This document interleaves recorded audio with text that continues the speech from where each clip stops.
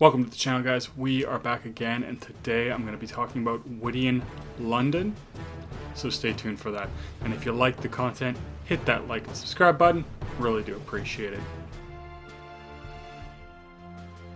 And before I get into the video, my scent of the day is Voodoo by Gents Parfums. This is one of their originals. It's a nice bitter grapefruit and vetiver fragrance. Do enjoy it. It's still a little bit warm here, so I'm still wearing a lot of the fresher fragrances, but some days it's a little bit cooler and I get to wear some of the heavier fragrances. I'm going to be talking about Widian London, which I think is a really, really nice cool weather fragrance, especially going into the winter. So I thought it would be a good time of the year to review this one. This is one that's actually on my buy list. I did actually decide to get one of the new Kilians, so I might not pick up this bottle this year, we'll see, but it is definitely on my buy list. So, what is this fragrance like? A lot of people call this sort of a refined Tuscan leather, and I definitely see that inspiration. This is definitely a fragrance that takes cues and inspirations from Tuscan leather, so it has that raspberry leather vibe. Now, on the opening, one thing I will say, this is nowhere near, especially if you've smelled one of the older Tuscan leathers. A lot of people say it smelled like cocaine. I think there's even like a Drake song where he talks about smelling like a brick. And it has this sort of chemically vibe. Now with Widian London, I don't really get much of that. Now I have heard Tuscan leather has been reformulated a lot. That opening isn't really there anymore. So you can take that as you want. But I can say that it's not particularly here. And actually what I get is a very strong raspberry. It's sweet, it's almost a little bit candied, and I actually do get a good amount of the violet. Now, the violet here doesn't have like a gasoline vibe or whatever that you find in Fahrenheit, especially with leather you might expect that, but it doesn't. It actually reminds me a little bit more of Windwood by Mancera, which I really like. It's probably one of my favorite really heavy floral fragrances. It's violet dominant, and what it has with it is this sort of breezy vibe. So it kind of smells like a fresh mountain breeze is the way I describe it. I think that's kind of what they were aiming for. And it doesn't smell exactly like a mountain breeze, but it definitely has this fresh breezy vibe. And this has that too. Now it's not particularly fresh, but it does have this nice breezy vibe along with the sweet candied raspberry.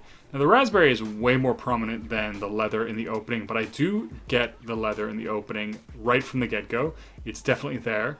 For me, it actually has a little bit of that sour quality. So I find that some leather fragrances, especially leather dominant fragrances, can have a little bit of a sour vibe. I think the first one that I ever smelt that had that was Paco Rabanne 1 Million Intense. And I think it has a leather note that comes off a little bit sour. And this definitely has that vibe with it. So you get this kind of candied raspberry that's just a little bit sour and quite sweet as well. So it's an interesting composition, especially with the violet in there too. And it actually is a very nice opening. It does definitely dry down and the sourness definitely subsides and the leather totally becomes the star of the show. So this is a leather dominant fragrance, and I will say that the raspberry note does last a very, very long time, but it does slowly sort of taper off from being really up in the forefront to being tapered off a little bit more in the background. The same is the case with the violet. Now the violet to me is never the most prominent thing, but that sort of breezy quality it has does last for several hours. Until you get into the later stages of the dry down. So that is actually kind of impressive. I always find it impressive when these top notes do last a long time.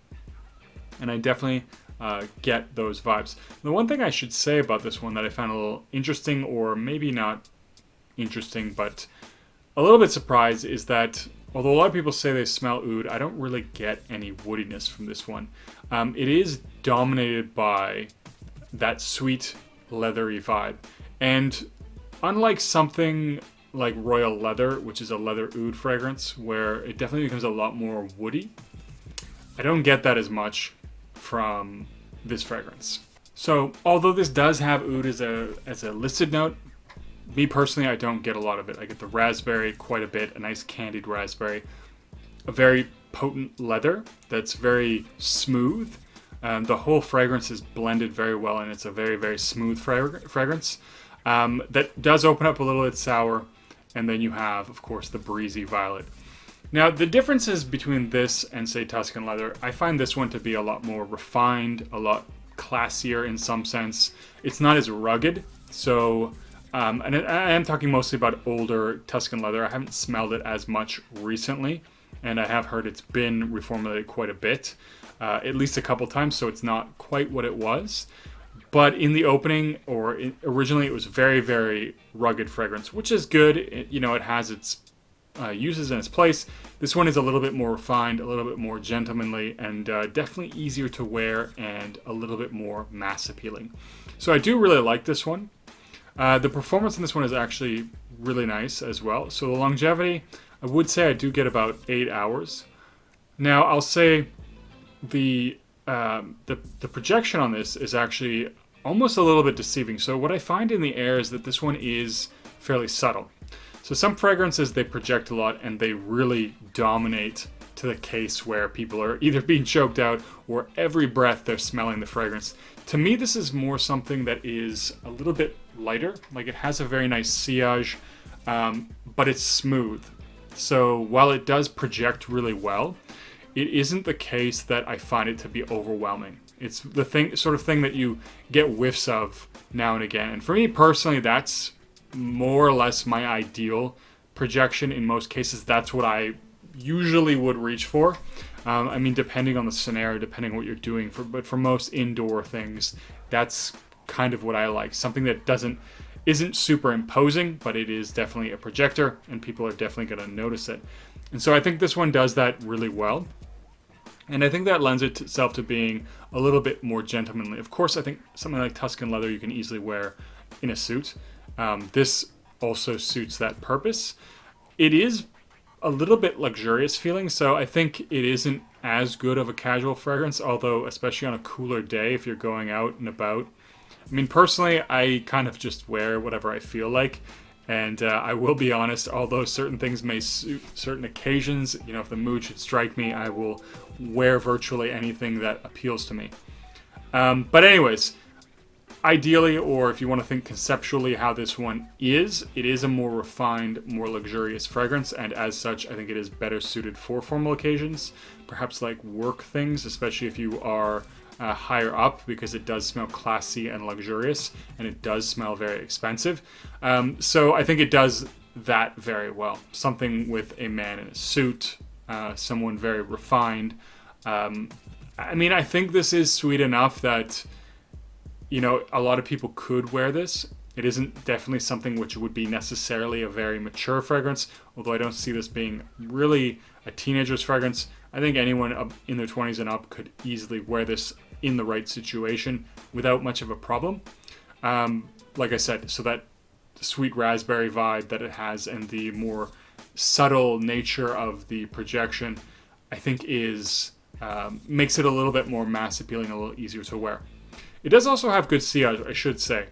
This is one of those fragrances where as I'm moving around, as I'm moving my hands, I do catch whiffs of it. So a lot of fragrances, I find I'll either go anosmic to, or the sillage isn't that great. But this doesn't have that problem. So it is one ultimately that performs. And it is a fairly expensive fragrance. So you do want it to perform.